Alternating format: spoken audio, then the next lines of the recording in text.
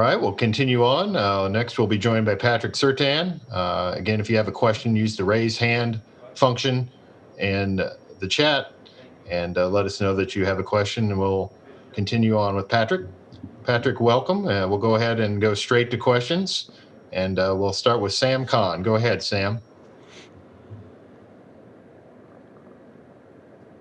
Hi, Patrick. I'm curious, when you look at the way you guys have played on defenses of late, what has gone well and where have you guys gotten better the most, in your opinion? We learned through experience what we need to do. I just felt like we prepared better each and every week. We've gotten better each and every week flying around to the ball, making adjustments, and, learning from past games where we struggled at, and sort of fixed and corrected what we needed to do. All right, our next question comes from Stephen Smith. Go ahead, Stephen. Hey, Pat, I know Malachi Moore didn't play against Notre Dame, but how has he looked this week in practice? He looked fine. He's moving out there. He should be ready to go. All right, we'll next go to Patrick Murphy. Patrick? Patrick, just your impressions of Justin Fields, what you've seen of him, kind of the growth of him as a quarterback, and obviously coming off the best game of his career, what you guys have to do to slow that passing attack down. Obviously, he's a great talent. He's got a tremendous arm. Like I said, he's a leader on that team. Whatever he does affects the team a lot. But we just got to look at things to do to affect him, as far as getting to the quarterback, pressuring him, different disguises in the back end, many different things to look at through the film room. All right, our next question will come from Mark Stallworth. Go ahead, Mark.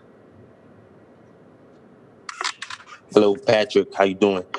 My name is Mark Stallworth. I'm with the Miami Times newspaper. My question to you is, how important is a game like this for you all in regards to recruiting in South Florida? It's still an important game. I don't know what recruiting got to do with it. But at the same time, we just focus on this game. Hopefully, they'll look at this game and see what they think of it. But right now, I don't think that's out of the question, out of the picture right now. I also had a follow-up, if that's okay. Yeah. All right. What are you looking forward to towards the most this week, coming back to South Florida, playing in the Hard Rock Stadium? Like I said before, I know it'll be a hometown game. I'm just looking forward to play the best game with my teammates and just going out there and just winning the game. That's all I'm focused on, really. All right, our next question will come from Nathan Baird. Nathan, go ahead. Hey, Patrick. The combination of Chris Olave and Garrett Wilson for Ohio State, are there any teams that you guys have already faced that you feel like you've seen a mix of this, where you have two receivers of that caliber between the slot and the outside that you have to deal with at the same time? And how do you try to match up with that? I say we've seen teams like that before. Just this team, they're very talented on both sides of the ball, even in the running game. So I feel like they bring a whole lot of dimension on their offense. They're great receivers, of course, which brings tremendous amount of depth in their offense. So, we're looking forward to the challenge. Our next question comes from Leo Johnson. Leo, go ahead, please. Overall, how do you look to stop this Ohio State passing game that they have great receivers and then they can also attack with their tight ends? Like I said, it all starts in the film room and preparing each and every day in practice. But I'm also looking at their top concepts, what they like to do, things like that.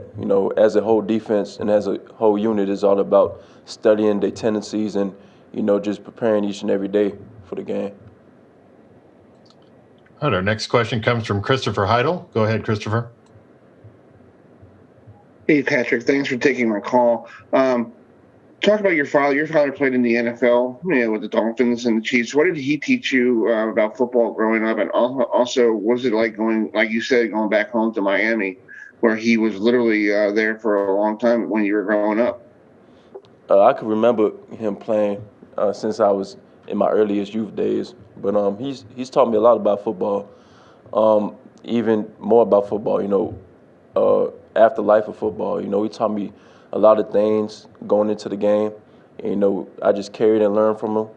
And just going back home, he's gonna be there. I'm just looking forward to impress him. I know they're gonna be happy to see me. I'm gonna be happy to see them. So it's gonna be a great moment. All right, our next question will come from Mitch Stacy. Go ahead, Mitch. Hey, Patrick. You already talked about the Ohio State receivers a little bit. You're probably going to be seeing a lot of Chris Olave. Can you talk a little bit about what he does so well and why he's hard to defend? I'd say his speed. He creates separation fast at the top of his routes. And I'd say he also is very patient and fluid with his route running. He keeps the defense guessing. I say that by the much, but yeah, he's an excellent vertical threat for their team, and it's going to be a challenge, of course. All right, our next question comes from Stephen Means. Go ahead, Stephen.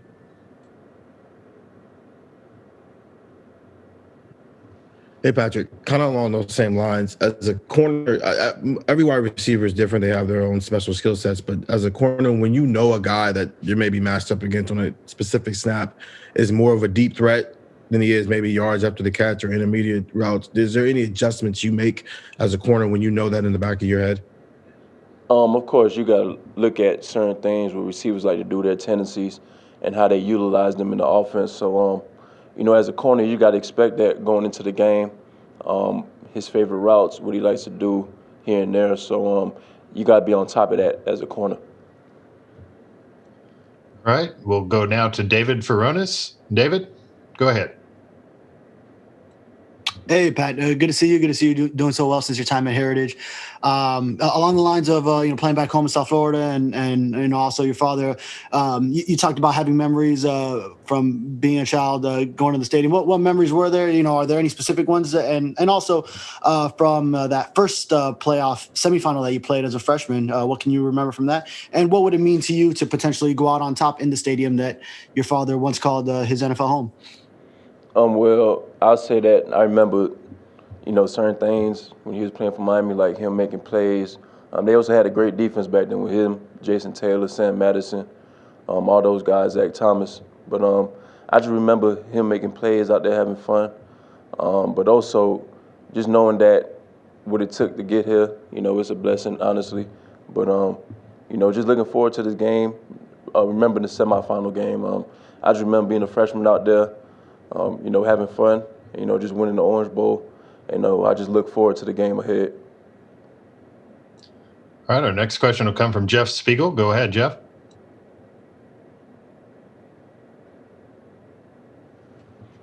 Hi, Pat. Obviously, you mentioned your dad and what a great career he had, and you're up for a couple of awards tonight. How much would it mean to you to win those awards to further show the mark that you yourself have had on this game? I'll be honored, honestly. But like I said before, I'm not so much focused on the awards. I'm just focused on the game ahead. The awards come second towards what we got in the store and what we got to finish. All right, we'll take one final question from Myron Williams. Myron, go ahead.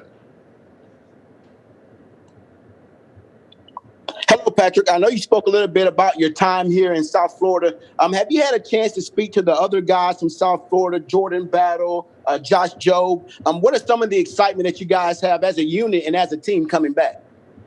We're all very excited coming back home and playing in the national championship. All our families are going to be there. They're going to be excited, repping the hometown. It's an exciting feeling knowing that how much tradition you brought into the South Florida world.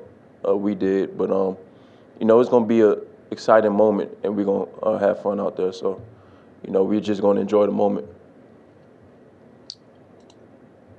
Pat, thank you for joining us, and we'll see you on Monday in Miami.